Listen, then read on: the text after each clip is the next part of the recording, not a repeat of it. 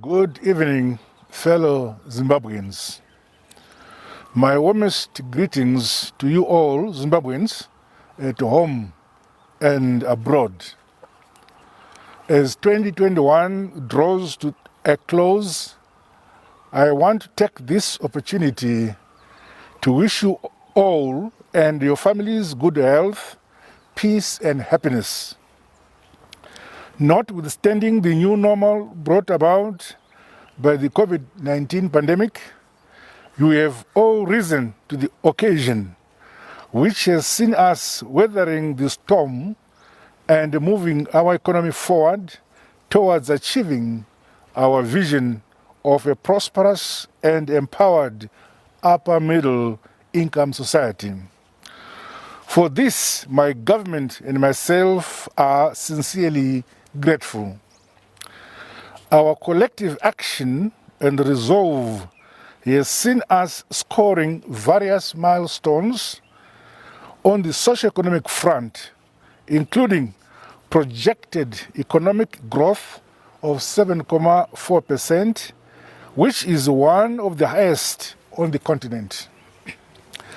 This was underpinned by a successful agricultural season characterized by a higher production output, increased investments and capacity utilization in mining, as well as government-backed infrastructure development projects in roads, dam construction and housing, among others.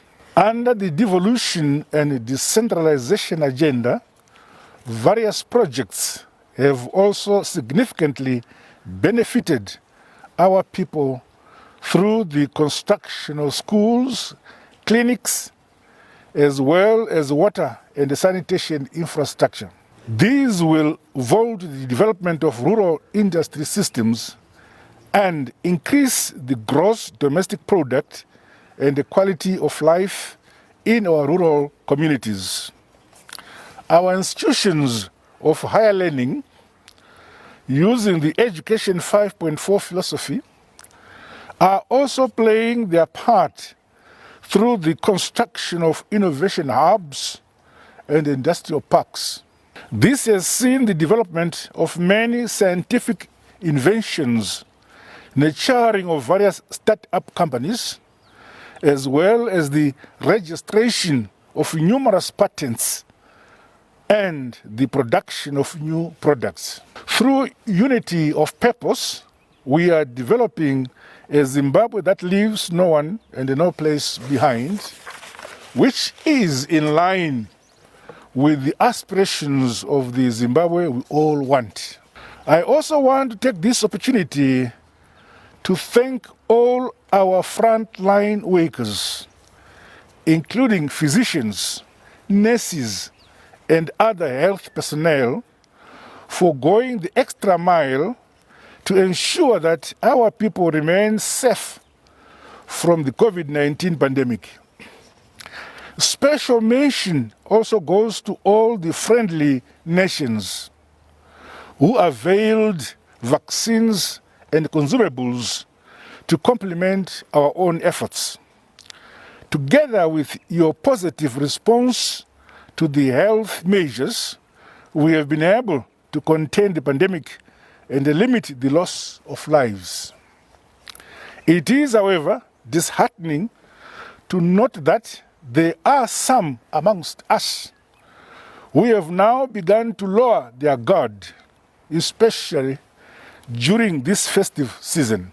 I therefore urge you to continue abiding by the health measures instituted by my government from time to time. Masking up, sanitizing, and maintaining social distance. To those who have not yet been vaccinated, please go out in your numbers and get vaccinated. You can only be safe when we are all safe. Our education sector personnel and the parents also did a splendid job, which made sure that school children continue getting the education they so desperately deserve. My government is committed to guaranteeing access to reading materials and online learning platforms so that education is accessible to all. I also commend Zimbabweans who are living abroad for continuing to send remittances to their loved ones, given that they are confronted with difficulties of their own in those countries.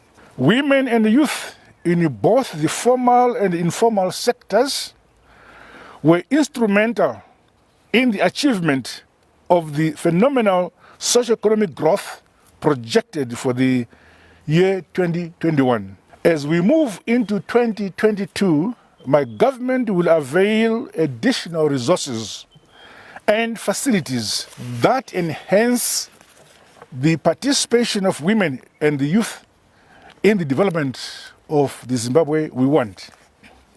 I commend the security services sector for their patriotism and bravery in tackling crime and ensuring that our communities remain safe. For those isolated incidences of crime, the perpetrators are being accounted for.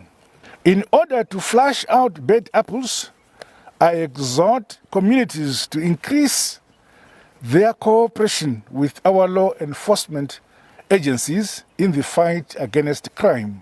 With regards to the scourge of corruption, I exhort everyone to be upstanding citizens who are full of integrity, for it is only through hard, honest work that we can all prosper. Fellow Zimbabweans, as you may be aware, by-elections will be conducted in 2022.